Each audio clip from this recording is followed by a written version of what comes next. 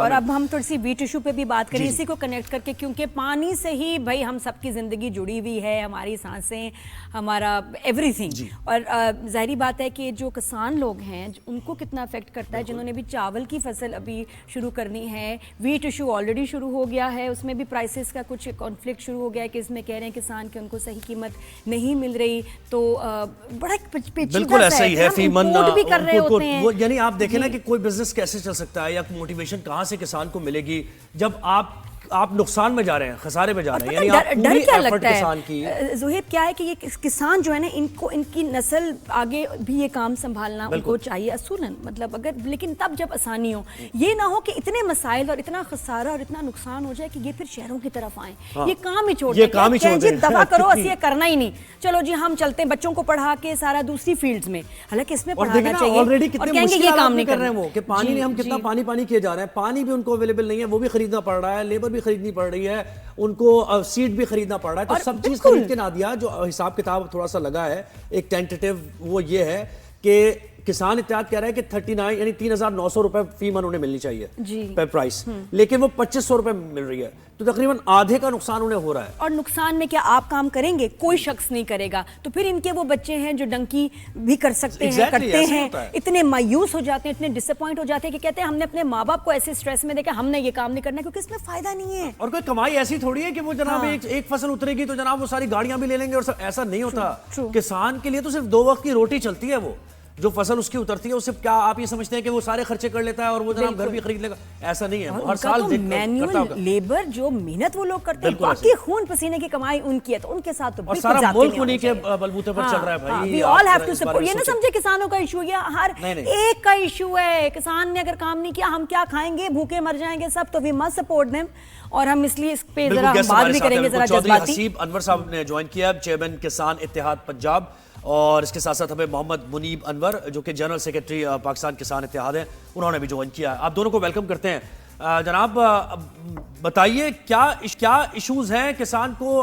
मतलब नुकसान में तो आप फसल नहीं कर बो सकते, तो जरा हुकूमत तक आपका मौक़िफ़ भी जाए, खुल के बताइए।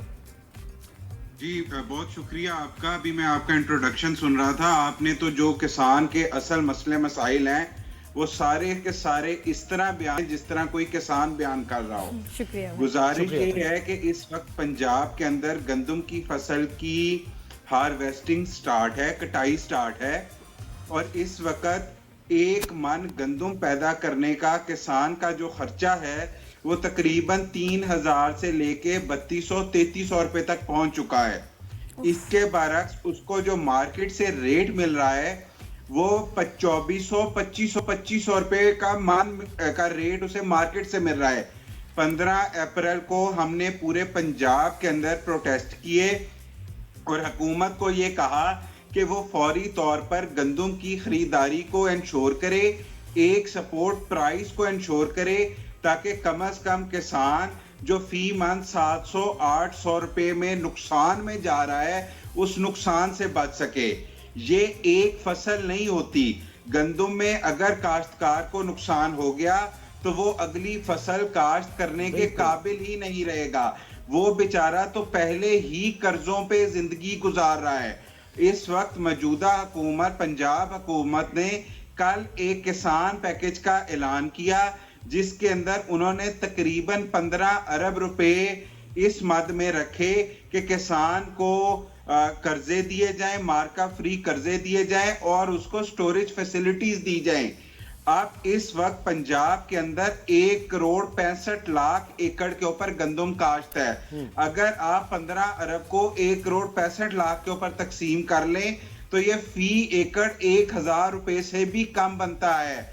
दूसरी बात यह है कि अगर काश्तकार इसमें आकर उनकी स्टोरेज में जाके अपनी गंदम स्टॉक भी कर लेता है तो क्या वो स्टोरेज हर तहसील, हर जिले पे है? क्या उसकी एक्सेसिबिलिटी हर काश्तकार के पास है या नहीं? तीसरी बात, हमारी तारीख में ये देखा गया है कि जो गंदम अक्सर फूड के या सरकारी गोदामों में स्टॉक की जाती है उसको चूहे भी खा जाते हैं।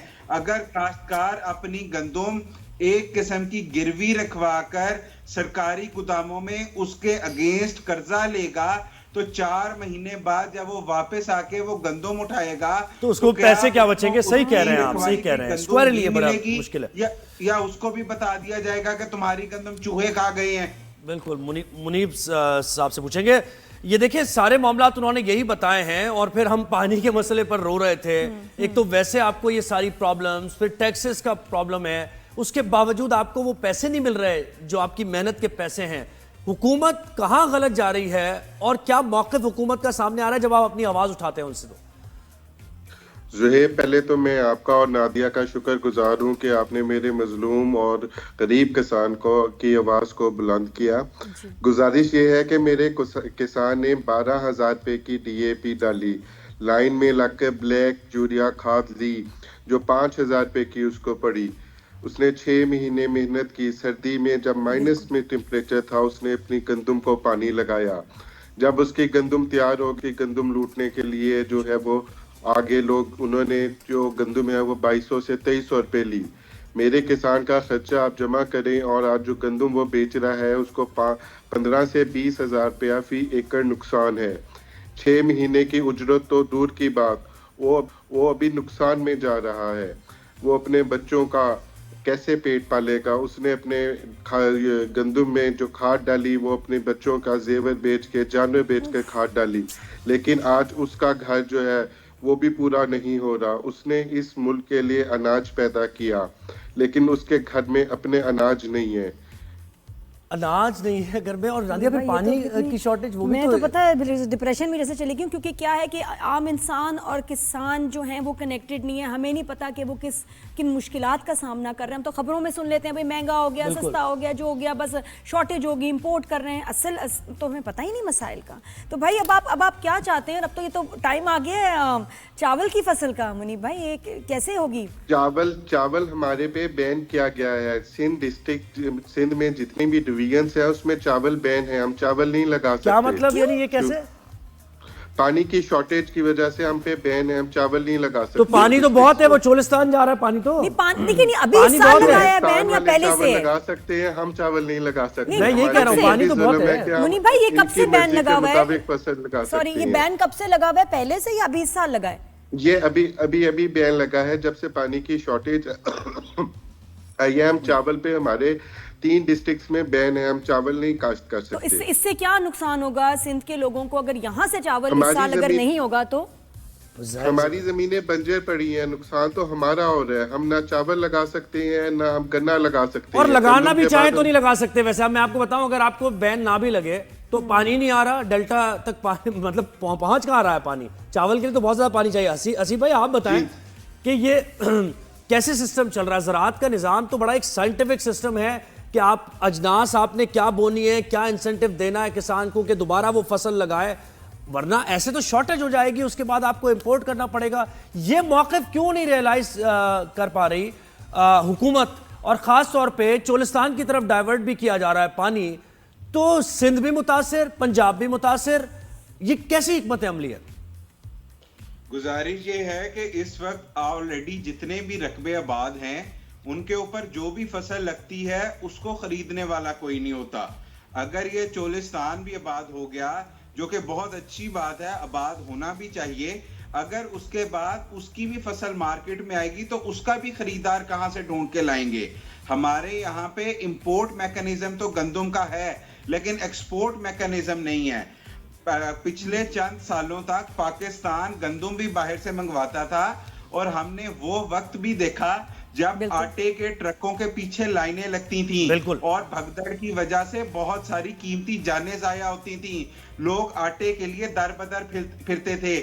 फिर इस कुदरत ने, अल्लाह ने पाकिस्तान पे खास मेहरबानी की और पाकिस्तान को गंदम के अंदर खुद कफील कर दिया।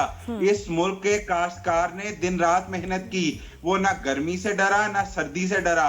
होना तो ये चाहिए था कि उसको उसकी मेहनत का सिला दिया जाता, लेकिन आज वही काश्तकार फसल पैदा करने के बाद तो मुनीब भाई ये कार्टेल कौन तोड़ेगा आखिर? मुझे बताएं, मिडलमैन का किरदार कौन खत्म करेगा? होर्डिंग्स का खात्मा कौन करेगा? मिल ओनर्स की जो एक बादशाही है इसको कौन खत्म करेगा कि किसान खड़ा हुआ है लेके अपनी फसल, आप उसको वो रेट भी नहीं दे रहे हैं। आप ये कह रहे हैं कि ठीक है तुम्हारी फसल खराब होती है तो हो जाए, मैं तो इसी रेट पे लूंगा। और ये प्रायोरिटाइज करना बड़ा जरूरी है कि सबसे ज्यादा जरूरत तो फील्ड्स में एग्रीकल्चर सेक्टर को पानी की। ये जिम्मेदारी हुकूमत की जिम्मेदारी होती है। ये सारा मैनेजमेंट, इस तरह की चीजें हुकूमत ने मैनेज करनी होती है। हम सस्ती रोटी या सस्ते आटे या सस्ती गंदम के खिलाफ नहीं है। आप गंदम की कीमत भले 2000 कर दें, लेकिन किसान की इनपुट सस्ती करें। इस टाइम 4500 रुपए से ज्यादा यूरिया का रेट है, 12,000 रुपए से ज्यादा डीएपी का रेट है। हम अगर अपने हमसाया मुल्क की बात करें तो वहां पे यूरिया आज भी 400 रुपए पाकिस्तानी करेंसी में मिल रही है, डीएपी तकरीबन 1200 से 1500 रुपए पाकिस्तानी करेंसी में। और हमें कितने की मिल रही है? हमें यहाँ कितने की मिल रही है? यहाँ 12,500 रुपए की मिल रही है। हमारी एवरेज प्रोडक्शन 32 मन फी एकड़ है। हाफ का डिफरेंस। ये क्या वजह है? ये होता ही सस्ता है या हमारे यहाँ ये क्या है? बाकी अमाउंट क्या है? 400 के बीच में जो अमाउंट आ रही है ये कहाँ जा रही है? मुनीब भाई से पूछते हैं। मुनीब भाई आप बताएं जरा इस बारे में। ये तो मुझे नंबर से इंटरनेशनल मार्केट में जो है ना, वो इस वक्त डीएपी की जो कीमत है वो 2200 से 2300 रुपया है। हमारे पे जो डीएपी हमें दी जाती है वो तकरीबन 12,000 रुपए की दी जाती है। जो ये डिफरेंस है ये सारा टैक्स है जो हम पे करते हैं, या वो कंपनीज हैं जो खाद बनाती हैं उनको हम देते हैं। मुझे बताएं फी एकड़ पर क्या नुकसान हो रहा है मुनीब भाई, जरा खुल के, ताकि लोग समझें फी एकड़ पर नुकसान क्या हो रहा है आपको? इस वक्त फी एकड़ 15 से 20,000 रुपया मेरा किसान जो है वो नुकसान में जा रहा है। जिसका 10 एकड़ है वो 1.5 लाख रुपया नुकसान में है, और जिसके 20 एकड़ है वो 3 लाख रुपया नुकसान में है। 6 महीने मेहनत करने के बाद आज, और आप इस नुकसान को भरपाई, आप इस नुकसान को ज़ाहिर ऐसे कवर अप करेंगे, जमीन गिरवी रखेंगे, कोई अपनी प्रॉपर्टी गिरवी रखेंगे, इसी तरह होगा ना, लोन लेंगे? मुनीब भाई ऐसा भी होता कि लोगों के दिल कितने खराब हो कि वो कहते होंगे हमने फसल ही नहीं लगानी अगले साल, उनका मुराद तो खराब हो गया होगा। ज़ुहैब, ये नुकसान जो है ये तो हो गया, लेकिन अगली फसल लगाने के लिए हमें जो है वो कोई हमारे पे पाबंदियां लगाई जा रही हैं। हमें चावल नहीं लगाने दिया जा रहा, हमें जो है वो कबाब की फसल को पानी चाहिए, हमें पानी नहीं दिया जा रहा। हमारी कॉटन जो है वो भी काश्त नहीं हुई। हमारे इधर गर्मी जो है वो तकरीबन टेम्परेचर 40 पे पहुंच गया, लेकिन अपनी कॉटन काश्त नहीं कर सके। हमारी जमीनें अभी तक बंजर होगी। जो पहले नुकसान हुआ वो आप तो क्या हो गया। करेंगे मुझे बताएं, कर क्या सकते हैं आप? मुनीब भाई आप क्या कर सकते हैं? इख्तियार में क्या है? रोडों पे निकलेंगे, एहतजाज करेंगे? हम एहतजाज कर रहे हैं, हम रोडों पे निकल रहे हैं, हम हर तहसील लेवल पे एहतजाज कर रहे हैं, लेकिन हमारी कोई भी सुनवाई, हमारे साथ कोई भी गवर्नमेंट ने कोई राब्ता नहीं किया। हसी भाई ऐसा ही है? हसी भाई आप भी बता दें, कोई गवर्नमेंट राब्ता नहीं कर रही है, वो ऐसे समझ रहे हैं। गुजारिश ये है कि पंजाब का काश्तकार इस वक्त फी एकड़ गंदम में तकरीबन 30 से 35 हजार रुपया नुकसान में है, क्योंकि पंजाब के अंदर उसकी कॉस्ट ज्यादा हो जाती है। पंजाब के अंदर ज्यादातर रकबे ठेके पे हैं, और जिनका 6 महीने का ठेका कम से कम 50,000 रुपए से ज्यादा है। पंजाब का काश्तकार इस वक्त ज्यादा परेशानी का शिकार है, क्योंकि यहाँ पे और बहुत सारे मसाइल आ चुके हैं। एकदम गर्मी पड़ने की वजह से जो नई फसल की का सोइंग सेशन है वो भी इफेक्ट हो रहा है। इसके अलावा अभी तक गंदम वो खेतों में लेके बैठा हुआ है, अपनी गंदम वो बेच नहीं सका। इस सूरत हाल में वो सड़कों पर नहीं निकलेगा, वो एहतजाज नहीं करेगा तो वो और क्या करेगा? इस वक्त तो किसान को अपनी बका की फिक्र पड़ चुकी है। जो उसने एक्चुअल खर्चा किया था उसको तो उसके अंदर भी नुकसान होता नजर आ रहा है। जनाब बस हम यही उम्मीद करते हैं कि आपके मसाइल ये हल हो, किसान खुशहाल होगा तो मुल्क खुशहाल होगा, ये सब जानते ही हैं, लेकिन इसकी ये रियलाइज नहीं करते। चौधरी हसीब अनवर बहुत शुक्रिया, और मोहम्मद मुनीब अनवर इन्होंने भी हमें वक्त दिया और किसानों के मसाइल के बारे में बताया। बिल्कुल, अब बात समझ में आ रही है और पता चल रहा है कि कितने तकलीफ में हैं किसान, और हम ये जो इश्यूज हैं इस पे हम बात करते रहेंगे, आवाज़ उठाते रहेंगे।